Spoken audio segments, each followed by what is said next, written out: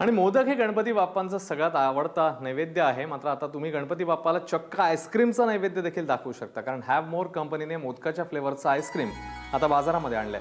नुकतं फ्लेवरच नाही तर या आईस्क्रीमचा आकारही मोदकाचाच आहे।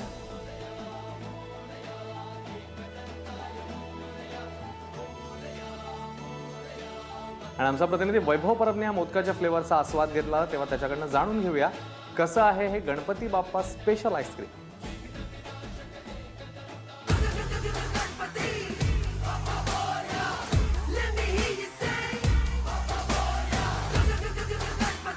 जर तुम्हाला खूप प्रमाणात आईस्क्रीम आवडते आणि तुमच्या घरात आलेल्या बाप्पाला देखील तुम्हाला आईस्क्रीमचा नैवेद्य दाखवायचा आहे, तर तो तुम्ही आता दाखवू शकता। माझ्या हातात हा मोदक आहे, पण हा मोदक आहे तो आईस्क्रीमचा आहे आणि हा हुबेहूब मोदक हा जो आपण नेहमी घरी बनवतो त्याच पद्धतीचा आहे। याची टेस्टही तशीच लागते आणि त्याचबरोबर हा मोदक जवळपास गणपतीला जर तुम्ही नैवेद्य म्हणून दाखवलात तर जवळपास हा अर्धा तास गणपती बाप्पाच्या समोर राहू शकतो, म्हणजे तो वितळू शकणार नाही। एवढ्या चांगल्या पद्धतीने हे बनवले आहे।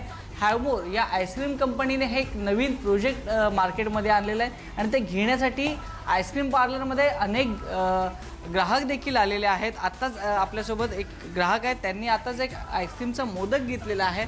आपण त्यांच्याशी बातचीत करून जाणून घेऊया की हा आईस्क्रीमचा मोदक त्यांना कसा वाटला आणि काय सांगाल तुम्ही? हा आईस्क्रीम आम्ही पण घेऊन गेले मोदकाचा, ते खूप छान आहे।